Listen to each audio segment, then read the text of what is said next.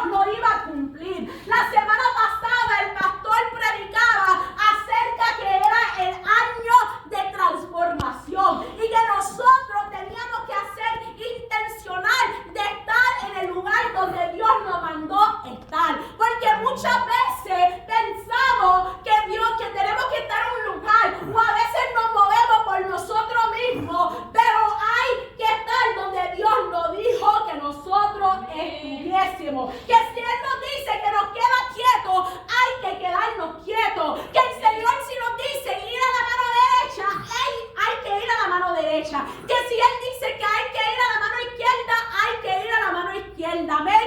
Pero en esta mañana me ministró tanto estos versículos y yo decía durante el servicio de esta mañana que Dios sí iba confirmando. La hermana Vicky esta mañana, cuando ella leyó la palabra de Dios, fue en Isaías 54, ¿verdad? Y ahí en Isaías 54, uno de los momentos que ella dijo, el versículo 1 dice: regocíjate, oh estéril, la que no daba luz, levanta canción y da voces de júbilo, lo que nunca estuvo de parto, porque más son los hijos de la desamparada que los de la casada, ha dicho Jehová. Ensancha el sitio de tu tienda y las cortinas de tus habitaciones sean extendidas, no sea escasa. Alarga tus cuerdas y refuerza tu estaca, porque te extenderás a la mano derecha y a la mano izquierda, y tu descendencia heredará naciones y habitará las ciudades asoladas. Amén. Ese fue parte de la palabra que ella leyó esta mañana, y digo parte porque creo que lo leyó completito, pero esa parte mientras ella decía, yo decía: wow, Señor, esa estéril estaba viendo el cumplimiento que Dios tenía para ella, donde decían que había muerte, donde decían que no podía, donde decían que ella era una tumba vacía, pero el Señor le plació que ella diera luz.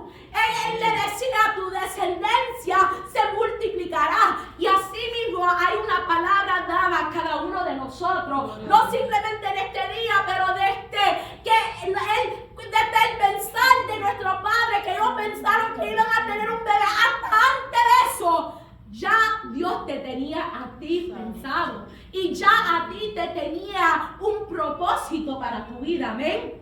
En Génesis 11 llegamos al versículo 31, le dice: cierto día Taré tomó a su hijo Abraham, a su nuera Sarai, la esposa de su hijo Abraham, y a su nieto Lot, el hijo de su hijo Aram, y salieron de Ur de los Caldeos. Taré se dirigía a la tierra de Canaán, pero se detuvieron en Aram y se establecieron ahí. Y dice que él vivió 255 años y murió mientras aún estaba en Aram. Y eso me ministró bastante, que yo busqué hasta el significado de Aram y de Canaán. Dice que el significado de Aram significa montaña o lugar seco. Montaña o lugar seco. Y dice que ellos iban de camino a Canaán, que significa ser derribado por una carga pasado, sea humilde o templado. Pero en vez de llegar a ese lugar, Canaán, se quedaron en Aram, en esa montaña seco. Y yo empezaba a pensar: Padre Señor, ¿cuántas veces tú nos has dicho que nos llevarás a tierra de Canaán? Pero por nuestro mismo orgullo, por nuestro propio actitudes, por nuestro propio momento de desamparación, de tristeza, de depresión, decimos: Señor, el camino está muy largo, yo siento que yo no voy a poder llegar y voy a hacer mi tiendita en este lugar llamado Aram. Este lugar que tú no me has mandado ahí, pero en este momento voy a hacer mi tienda ahí. Y pensamos detrás en nuestra mente, pensamos: pero Señor, algún día llegaré, algún día lo voy a hacer. Señor, ahora mismo estoy descansando porque siento, como decía nuestra hermana Vicky en esta mañana, me siente cansado. Estamos como el soldado desgastado que ha pasado por una batalla larguísima y decimos: pero no puedo. Voy a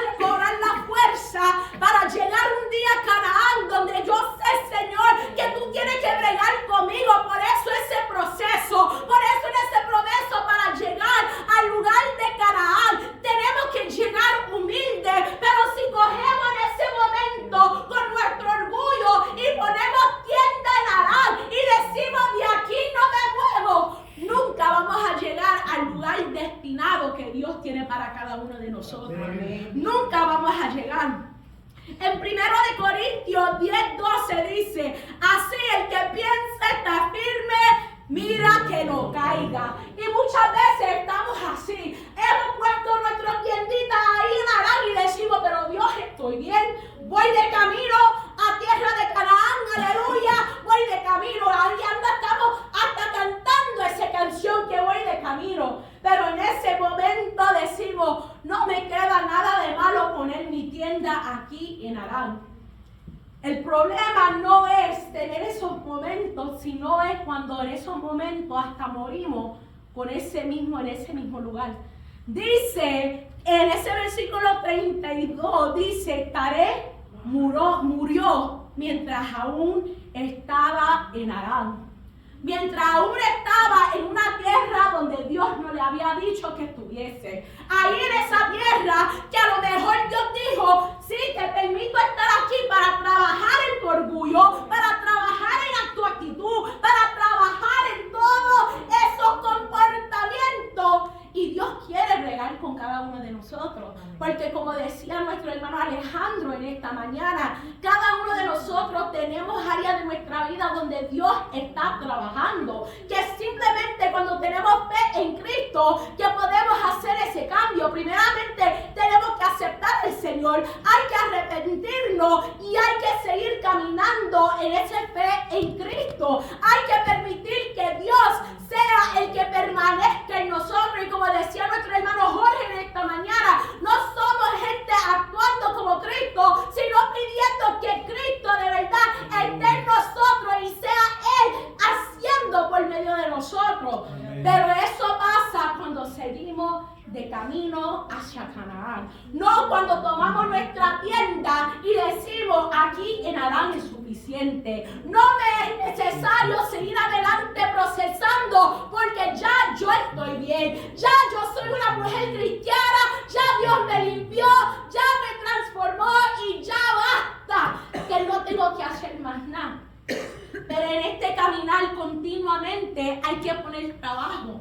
Continuamente hay que decir, Señor, como decía el pastor en esta mañana, diariamente hay que pedir esa sangre de Cristo sobre cada uno de nosotros. Diariamente hay que presentarnos delante de la presencia de Dios. Diariamente hay que decir, Señor, yo sé que cuando yo te acepté, Señor, tu palabra dice, Señor, que tú pusiste la excelencia tuya en este vasija de barro. Padre, tu palabra me dice que tú me sellaste, oh Dios.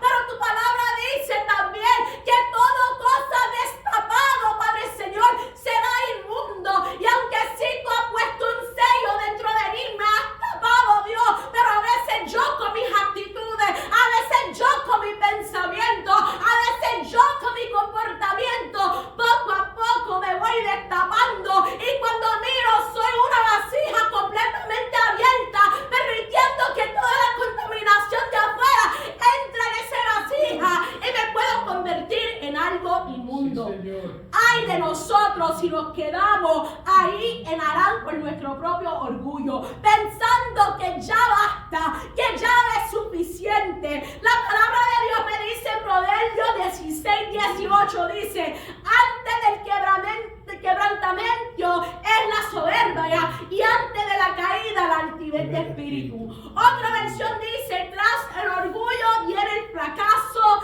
tras la altanería la caída. Otra versión dice, el orgulloso y arrogante al fin de cuentas fracasa. Y me alegré con las canciones que trajo nuestra hermana Cándida, que una vez más gracias por decir que sí, porque sé que fue para última hora. Y gracias a hermana Vicky que le hizo coro, pero todo fluía, era lo que Dios quería para esta mañana. Ella cantó a los que han conocido al Señor, que hay que alabarlo, acércate al altar, que Él no quiere ese espíritu altivo, que Él quiere nosotros humildes delante de Él. Cuando nosotros actuamos en esa actitud de arrogancia, cuando actuamos en esa actitud de orgullo, vamos a fracasar. Como la canción que acabamos de cantar, hay que decir, Señor, que el yo mengue, que todo lo que soy, Padre Señor, mis pensamientos, como muchas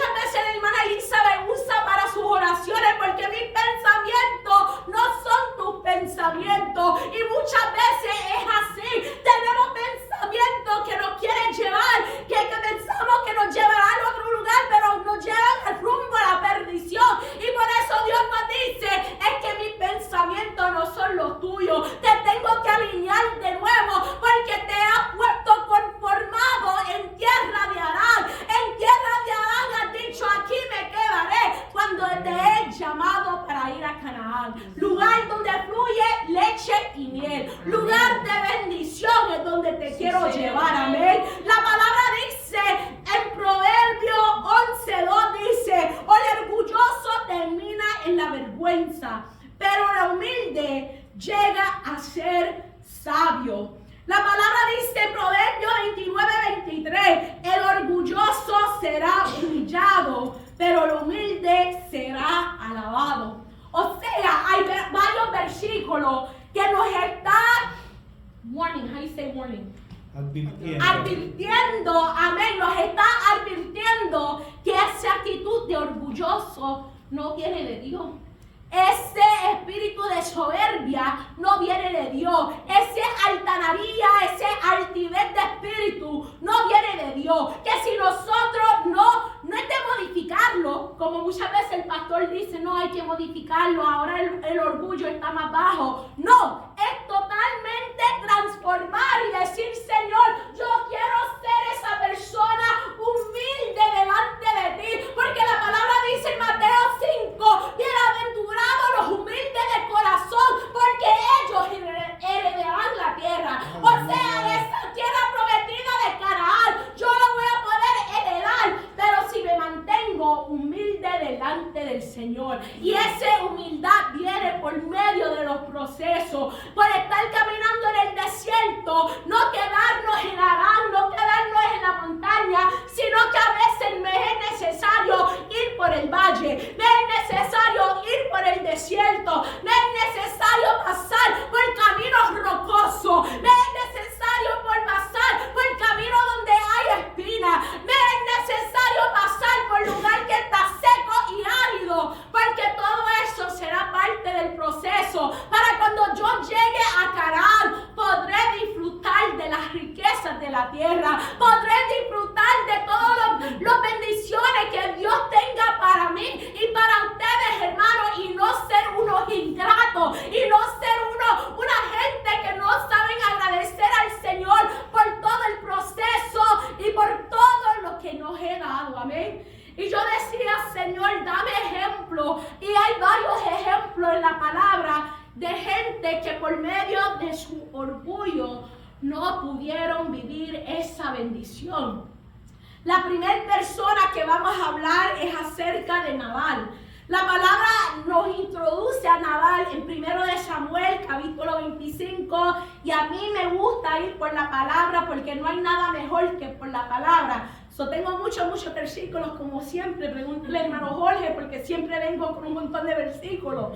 Y vamos a leer 2 al 13. Dice: en Maón vivía un hombre de la familia de Caleb, y se llamaba Nabal, y era muy rico, pues tenía propiedades en Carmel, y era dueño de 3,000 ovejas y 1,000 cabras.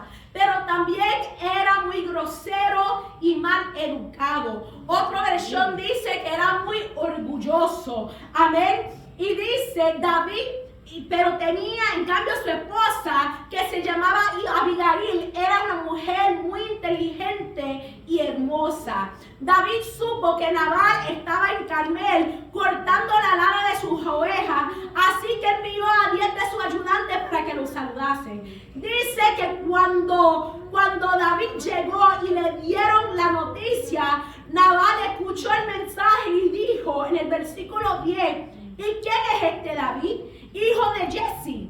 Seguramente ha de ser uno de esos esclavos que huyen de su amo. ¿Por qué le voy a dar la comida que preparé para mis trabajadores a gente que no sé ni de dónde viene? Y ellos dicen en el versículo 12 y 13, dicen que ellos llevaron esa noticia a David, y dice que David dijo: preparen sus espadas. Porque él estaba tan molesto con las noticias, las palabras groseras que le había dicho, que él dijo: prepara sus espadas, porque en esta noche hay matanza. Imagínate, la palabra dice que la blanda respuesta quita la ira. Pero cuando nosotros no estamos con la blanda respuesta, sino que somos gente soberbia, gente con altivez de espíritu, que dice: yo no voy a hacer lo que me piden, yo no voy a ayudar ni al huérfano, ni a la viuda, ni a los indigentes, no voy a ayudar a nadie porque nadie me ayudó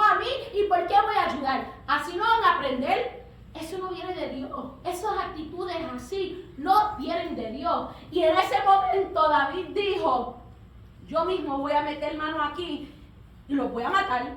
Porque yo estoy tratando, yo hasta los saludé, le di una bendición y mira cómo me contesta.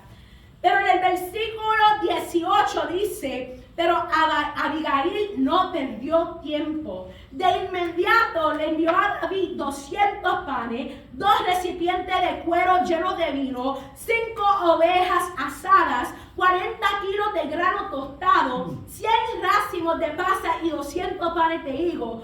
Toda esta comida la cargó Abigail en una burra y le dijo a su sirviente, adelántense ustedes que yo iré después, sin decirle nada a su esposo. Y dice que Abigail se montó en un burro y empezó a bajar del cero. Y también David y sus hombres venían. O sea, David y sus hombres venían de un lado y Abigail venía del otro lado. Y dice que en ese momento David estaba ahí, se estaba ampliando para la guerra. Estaba ya listo. Y dice en el versículo 22 que se encontraron con Abigail. Y ella cuando lo vio se bajó del burro, inclinó de cara al suelo y empezó a decir, Señor mío, por favor escuche usted mi palabra, aunque no soy más que una simple sirvienta suya, una mujer humilde que se humilló en ese momento, que se puso en la brecha en ese momento para todos los que vivían bajo su techo y dijo, soy una simple sirviente, no le dé usted importancia a la grosería de Nabal, porque su nombre significa estúpido. Y él no, ¿verdad? No es. Así lo dice la Biblia. Nabal se llamaba estúpido y estaba actuando de esa manera. Recuérdense, padres, hay que tener cuidado cómo le ponemos nombre a nuestros hijos. No sea que se convierten como en definición de su nombre, así como Nabal era un estúpido, lo dice la palabra. Yo no estoy diciendo nada malo porque está en la palabra. Y ella se puso en ese momento a decir, no, yo soy el que tengo la culpa, porque yo no estaba ahí en ese momento. Soy yo el que tengo la culpa. Y dice que David aceptó la comida de Abigail que le había traído y le dijo, puedes irte tranquila, que yo haré lo que me has pedido. O sea, misericordia para su casa. Cuando Abigail regresó a su casa, se encontró a Nabal que estaba muy contento y completamente borracho, dice la palabra. Y ella decidió en ese momento no decirle nada porque ella sabía, si le digo mientras estaba borracho, me va a causar problemas. Esto se va a formar un tremendo pelea y para salvarme eso, mejor me quedo callada. Mujeres, hay que ser sabias cuando nos dirigimos a nuestro esposo, amén. Y dice que por la mañana, cuando a Nabal ya se le había pasado la borrachera, su esposa le contó lo que sucedió. Y en ese momento Dios hizo que Nabal tuviera un ataque al corazón. Y Nabal se quedó tieso como una piedra. 10 días después tuvo otro ataque y murió. O sea, cuando nosotros estamos actuando con ese espíritu de altivez, como leíamos antes, el que se cree que está firme, mira que no caiga. Hay que tener mucho cuidado que por nuestro comportamiento, mira, créame que Dios nos da a cada uno chance after chance after chance. Pero si seguimos así duro, con grosería, con ese corazón duro, Dios no puede decir, mira, hasta aquí llegó tu día. ¿Te has querido quedar en Harán con esa altanería? Pues ahí mismo en Harán te quedarás. Así mismo como hizo con Nabal, que dice que Dios mismo dijo, ataque al corazón. Y se murió. No sabemos qué pasó en esos 10 días. En esos 10 días a lo mejor Dios estaba tratando de bregar con el corazón de Nabal. A lo mejor Abigail estaba intercediendo para el estúpido de Nabal. Y él no se quería conmover. No sabemos. Pero dice que 10 días pasaron y vino otro ataque del corazón y falleció Nabal. Daniel 5:20 al 21 nos habla acerca de Nabucodonosor. Dice, pero cuando Nabucodonosor se llenó de soberbia y actuó terca y orgullosamente, se le quitó el poder y la gloria que tenía como rey. O sea, cuando nosotros no estamos actuando al nivel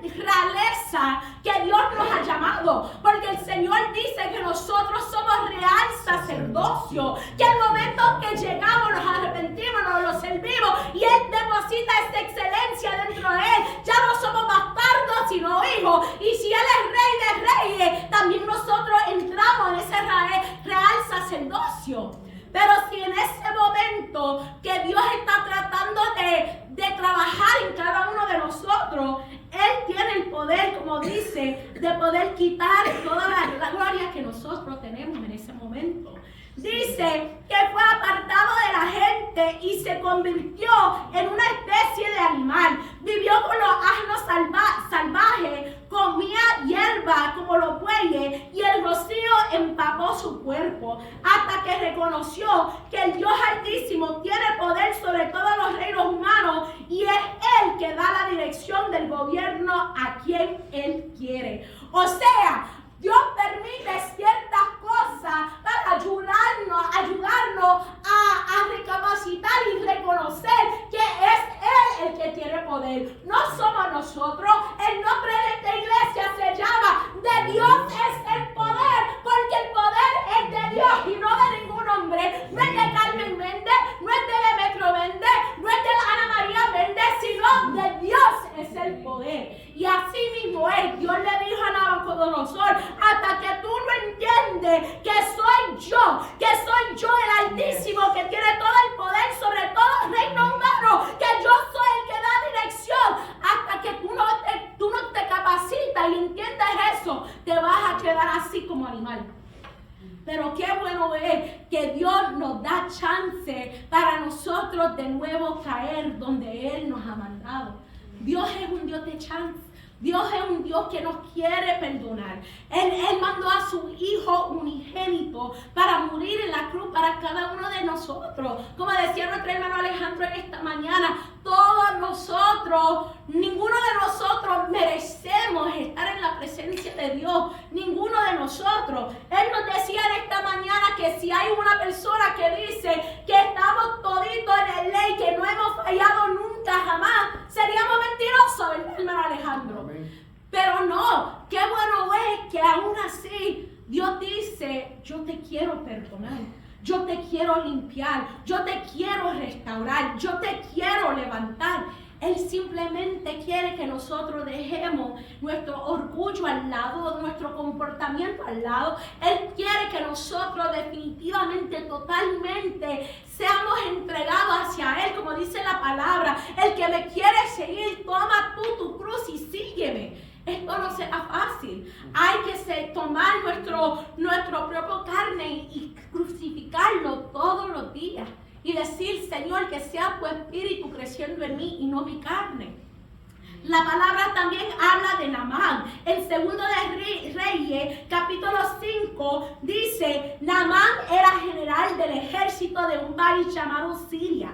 Era un hombre muy importante y el rey lo quería mucho porque por medio de él Dios le había dado grandes victorias en Siria. Pero este valiente soldado tenía una enfermedad de la piel llamada lepra. Dice en el versículo 9, pero antes de llegar ahí, dice que la noticia llegó al rey y el rey estaba triste, porque como ustedes saben, Naamán, como decía la palabra, Dios lo utilizaba para traer victoria al pueblo, y ahora este gran general tenía lepra, que en esos tiempos tener lepra era sinónimo con la inmundicia, que o sea, tu mismo piel, tu todo se convertía en inmundicia total y no podías estar cerca a nadie.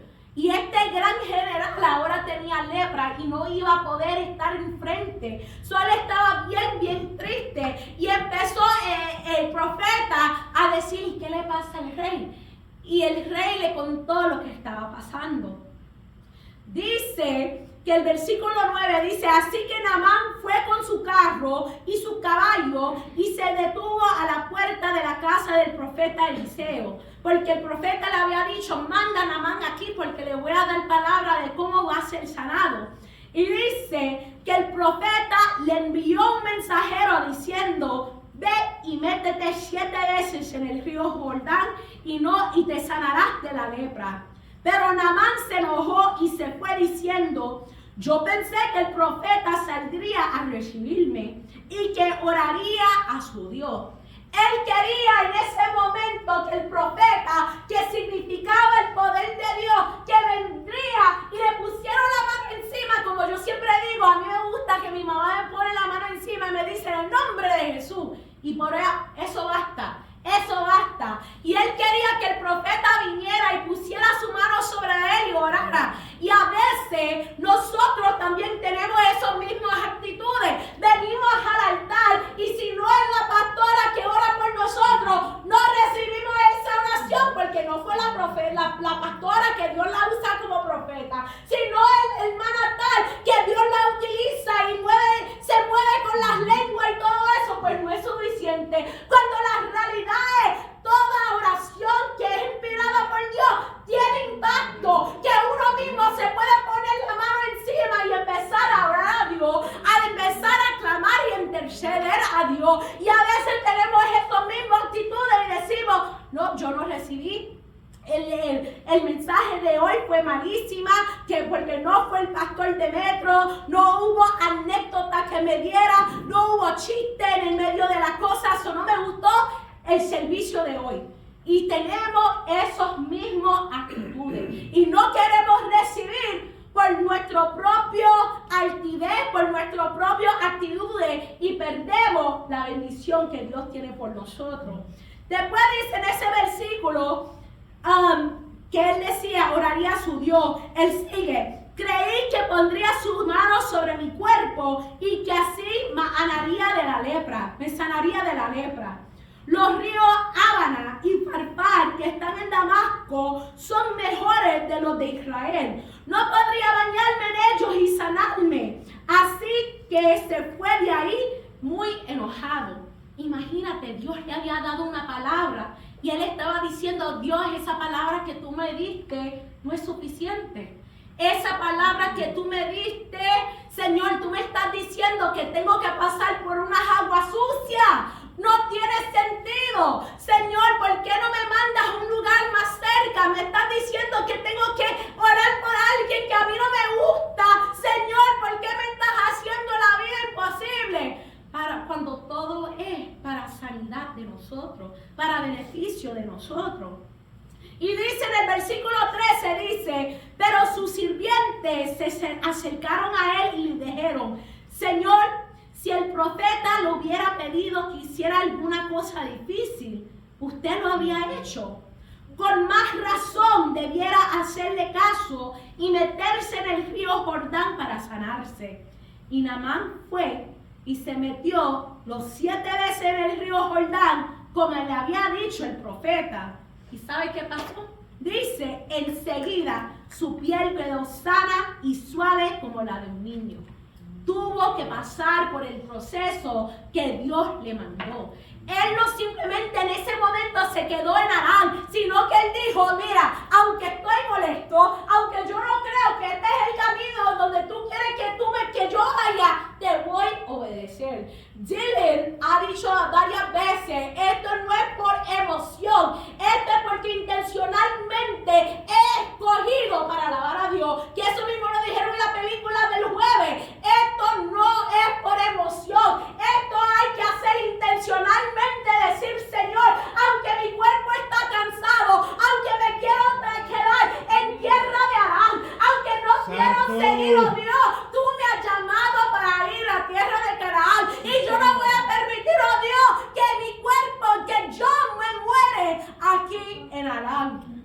Aleluya. La palabra me dice, el 1 Corintios, aleluya, en 1:27 al 28 dice, y aunque la gente de este mundo piensa que ustedes son tontos y no tienen importancia, Dios los eligió para que los que se creen sabios entiendan que no saben nada. Dios eligió a los que desde el punto de vista humano son débiles, despreciables y de poca importancia, para los que se creen muy importantes se den cuenta de que en realidad no lo son. Así Dios ha demostrado que en realidad esa gente no vale nada.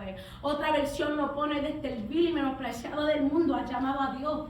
Y eso mismo pasa, que a veces no queremos aceptar a personas, o a veces nosotros mismos no nos aceptamos con el mandato que Dios nos ha dado, porque decimos: Señor, esto es muy vil, Señor, o yo soy muy vil, yo no puedo, Señor, tú me has llamado para hacer tal y tal cosa, pero yo no puedo porque soy tal y tal cosa. Pero Dios dice: del vil y menospreciado del mundo yo escojo.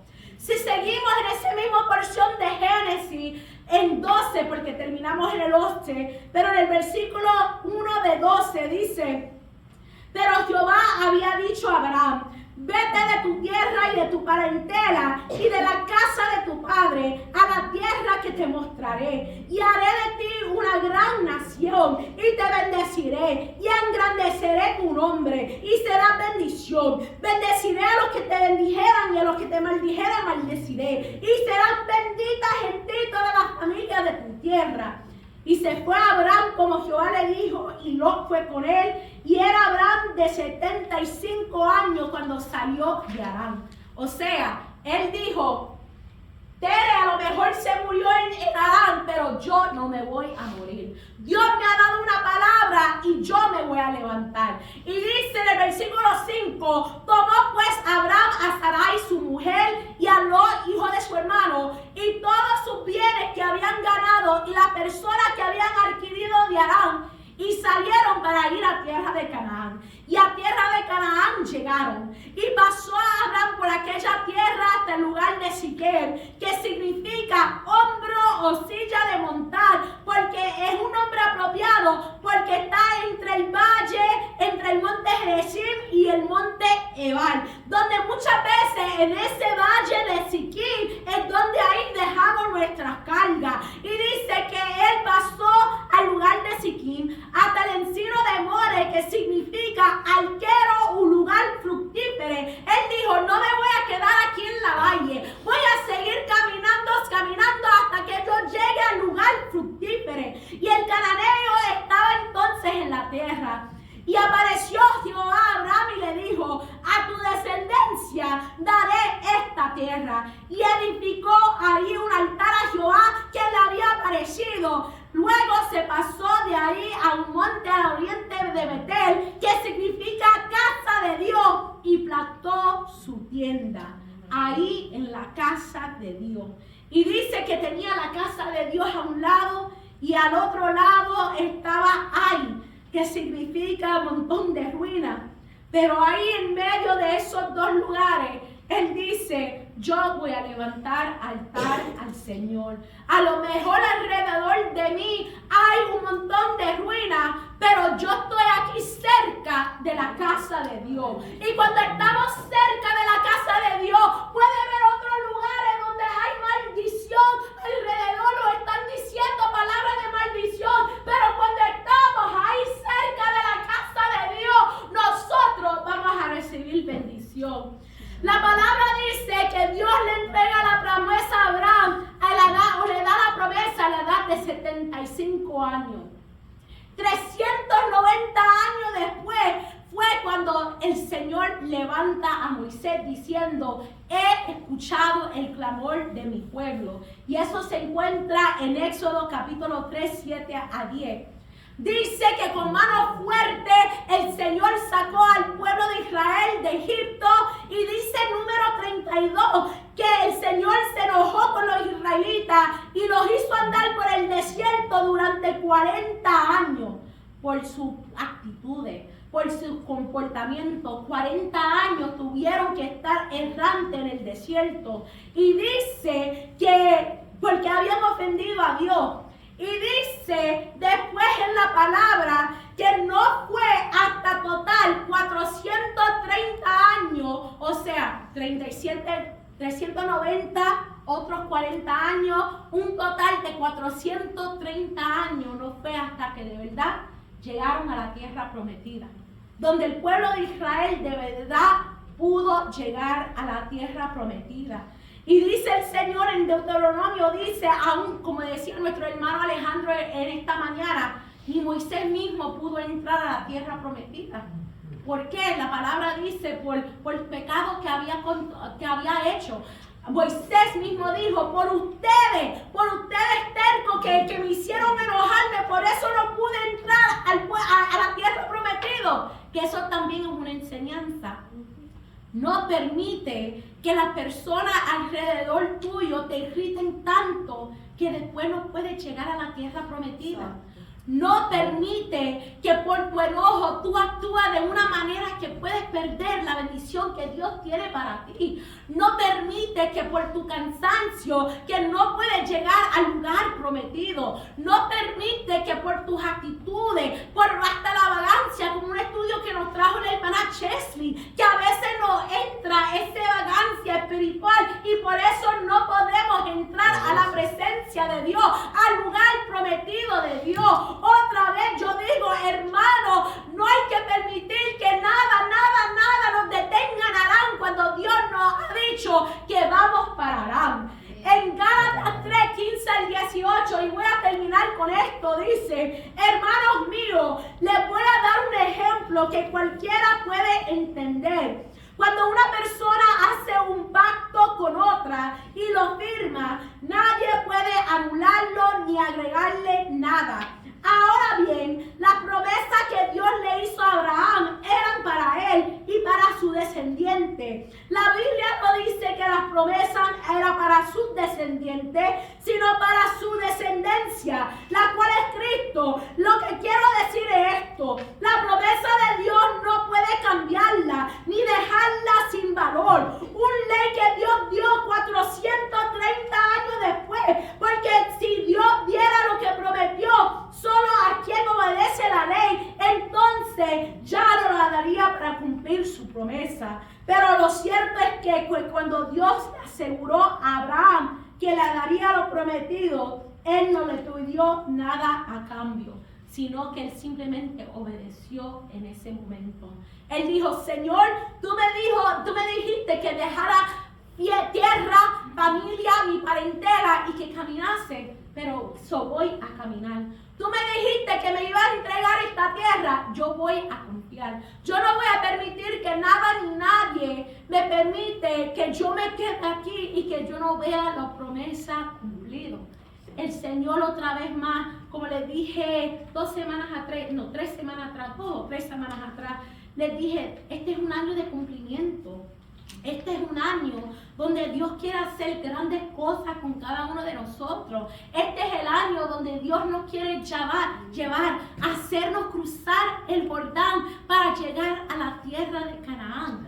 Claro, hay que ser procesado en el camino. Claro que van a haber obstáculos en el camino. Pero si Él lo dijo, se va a cumplir. Se va a cumplir. Amén. Hoy comenzamos 21 días de ayuno, o sea, hoy hasta el primer domingo de febrero. Técnicamente terminamos el sábado, pero vamos a hacer un día más y ayunar el domingo. Una de las cosas que vamos a empezar hoy es que vamos a orar el uno para el otro. Y yo estaba esperando por si acaso llegaran más visitas. Pero aquí en este bol que le voy a dar a la hermana Elizabeth, todo lo